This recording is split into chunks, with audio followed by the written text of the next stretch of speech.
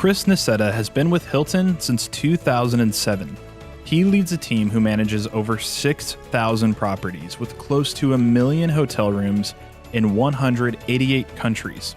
There are 18 brands under the Hilton name, including Embassy Suites, DoubleTree, Hampton, and the storied Waldorf Astoria.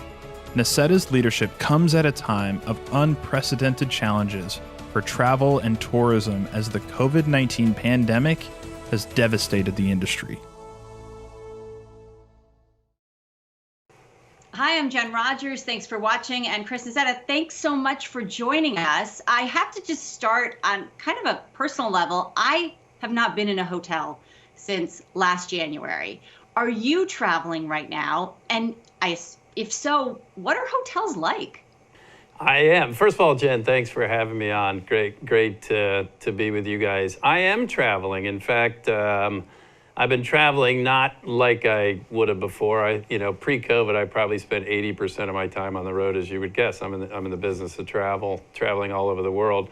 During COVID, the initial stages, very little travel, but some. And now I've been getting out maybe once a week, mostly domestic. I had my first international trip this week, which was liberating. It felt really good. I was in Mexico to meet with some of our partners down there and meet with our team and do some town halls and look at some of the things that we have under development. And it was great. Of course, like everybody, doing it thoughtfully and safely and using PPE and the like. The experience, I think, I would like to give everybody confidence that when you stay with us, it's really safe. I mean, when we got into the pandemic, very early into it in March, I said to our team, at this point, a lot of the world is closed and people aren't going to be traveling, but soon enough they're going to, and we're going to have first responders, we're going to have others that need to travel, and what we need to do is give them the confidence, as we have for 101 years at Hilton, that when they stay with us, they're in a safe and secure environment. So we went out in March and started working with the Mayo Clinic and Lysol Dettol to try and come up with what we thought was the absolute best standard in hygiene and cleanliness for our hotels, the public spaces, the rooms, and the like. We ended up bringing that Hilton Clean Stay, and we implemented that on a global basis to all 6,300 hotels in 120 countries around the world in the following 60 or 90 days. And so everywhere you go now in the world where you stay with us, and almost all of our hotels are open, we've implemented Hilton Clean Stay to basically hospital-grade cleaning and hygiene standards, where you literally, when you check into the room, you break a seal. I think a lot of people have been surprised at how quickly some of the leisure travel piece has come back. Business, obviously, still having a tough time. What does the road back look like for business travel? Like what is it going to take to get people back on the road? It's interestingly, the pattern, while this is a different kind of crisis and an economic decline caused by a pandemic versus other declines, the pattern of how we're recovering is pretty similar, and that has been always that leisure is more resilient, and that business travel probably second, and then group and meetings business last because it's longer lead business. That is the case more dramatically so this time as compared to prior cycles, but reasonably similar.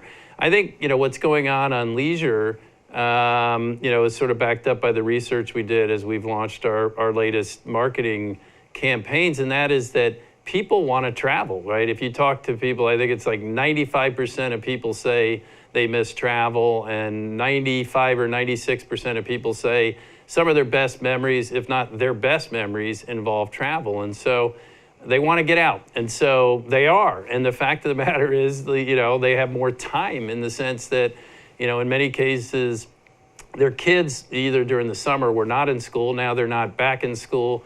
Many offices haven't opened and people are working, virtually. Kids are going to school virtually. And so people have a lot more flexibility with their time. So you put more flexibility with their time together with a burning desire to get out and travel and a burning desire to create new memories.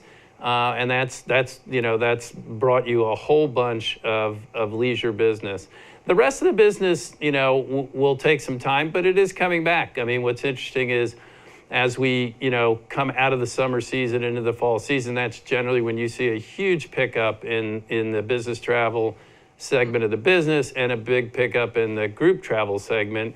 And while we're not seeing the group will be on a much greater lag, people, are going to take some time, and I think it'll be largely post-vaccine before you're going to see people congregating that way. Business travel has started to come back. I mean, businesses are realizing they got to get their teams out. They have to meet with their partners. Their sales teams have to talk to people to generate incremental sales and the like. So while it's slow, there's no question in the fall season we've started to see some of the business travel come back. Still predominantly at this point, the demand is made up more of leisure. But, you didn't ask the question, but, I'll say it. I'm a big believer that when you wake up in 2 or 3 years, not unlike other crises we've been through, the demand patterns will look a heck of a lot like they did a year ago.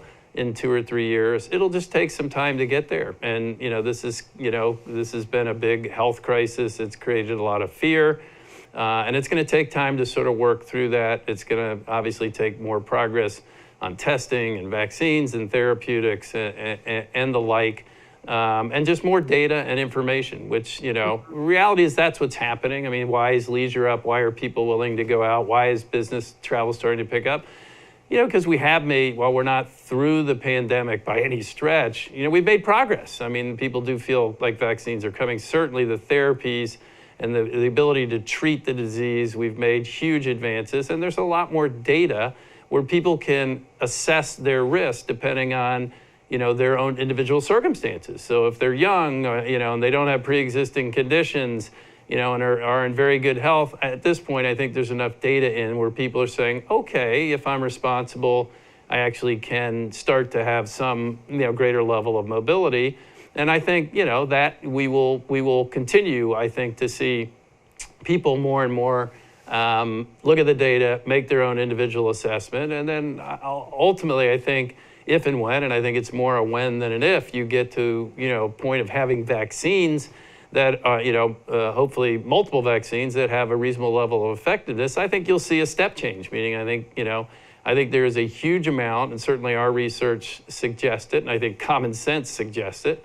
There's a huge amount of pent-up demand. People love traveling; they want to get out. And by the way, even business travel, people like business travel. It's a break from the monotony in some cases of their work, and they need to be effective. Not everybody, but many people in their jobs, it's really hard to be effective without, some face-to-face interaction. So there's a huge amount of pent-up travel demand building. And I think the deeper, the further we get through the crisis, the more of that will be released, as people judge it. And I think vaccines, ultimately help create a step change in mobility.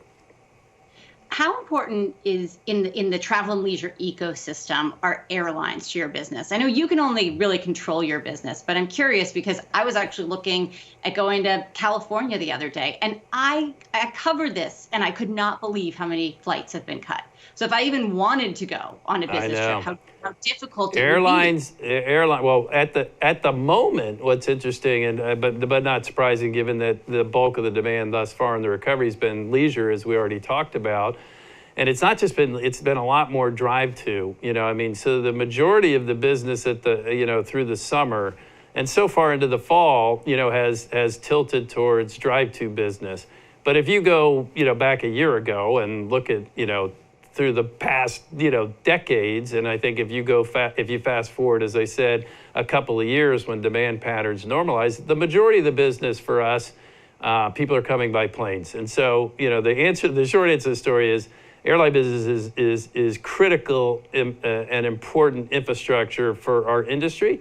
Do you think that we need more stimulus coming from the government for the travel and leisure industries?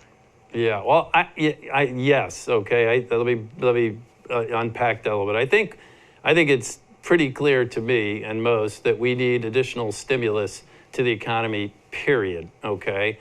Now, we need it in the travel and tourism space because we've been one of the hardest hit segments of all segments. I mean, obviously, mobility strikes at the heart of our business. When you shut the whole world down and you have no mobility, you have no revenues in the travel and tourism business. And so we have been, while we have some mobility now and things have recovered a bit, as we've described, we have a long, long way to go. And we have been dramatically impacted as an industry. And so we need it broadly, we need it specifically for our industry, and the places that we need it, I think, do largely sync up, maybe with an exception, meaning, and what's being worked on in terms of figuring out continuation of unemployment insurance so that we're taking care of frontline team members that are most in harm's way. We need to continue to do that. Small business, creating a bridge so that a liquidity crisis doesn't turn into solvency crisis for a huge number of small businesses. Our business of all the ownership of all these hotels all around the country and around the world, for that matter, is not all small business, but it is the majority of it is small business, and they're dying, and so they need a bridge for liquidity. The other thing that is ultimately needed as we get to the other side of the health crisis, and is very specific, those first two things I think are broader, unemployment insurance, continuation, bridge of liquidity for small business. That what is needed ultimately for our business too is a stimulus that gives people the right incentives to want to start traveling again when we get a little further in the health crisis and people feel like they can do it safely. That's probably rationally on the other side of more vaccine development and sort of approvals and the ability to actually distribute it. But in the end, in my opinion, we're gonna have to figure out a way to try and use stimulus to sort of jumpstart the industry and give people incentives coming out of this pandemic where they've had fear when they are safe to get back on the road again. I mean, you think about it, we are one of the largest businesses in the country, travel and tourism. We're one of the largest businesses in the world. We're one of the biggest employers. I mean, in the world, we're roughly 10% of jobs are in our industry, roughly 10% of global GDP is in our industry. And we've been incredibly hard hit, and there have been a lot of jobs lost. Still, millions of jobs. I think the latest number I saw was 8 or 10 million jobs have still been impacted. And so we certainly have to take care of those people while the economy is recovering and give small businesses a bridge to get to the other side. But ultimately, if we don't create some form of stimulus, you're going to have a lot of people unemployed for a lot longer. Chris, we're going to have to leave it there, but I just want to ask you one more question, just real quick. As you said, 95% of travelers in your survey are missing travel right now. I am missing the breakfast buffet. I want to know what you miss the most. You're missing the breakfast buffet. My wife hates the breakfast buffet, but a lot of people do love the breakfast buffet. You trust me, there is a way to do it safely, and ultimately you will be able to enjoy your breakfast buffet once again. I think it may take a little time, but I'm reasonably confident that as we get into 2021, maybe the second or third quarter of 2021, you'll be able to enjoy the breakfast buffet once again. At this point, just to make sure that we are being super careful on hygiene and cleanliness, given where we are with the pandemic, we've sort of modified food and beverage a bit to address those issues. But we have developed some ways where we think we can give you what you want and do it safely. And hopefully next year you'll be back at in the buffet line, filling your plate up. Yeah, if you need me to talk to your wife, no problem. I can sort that out and tell her all the. I know. I don't know what it is. She, somehow she doesn't like it, but she does like mini bars.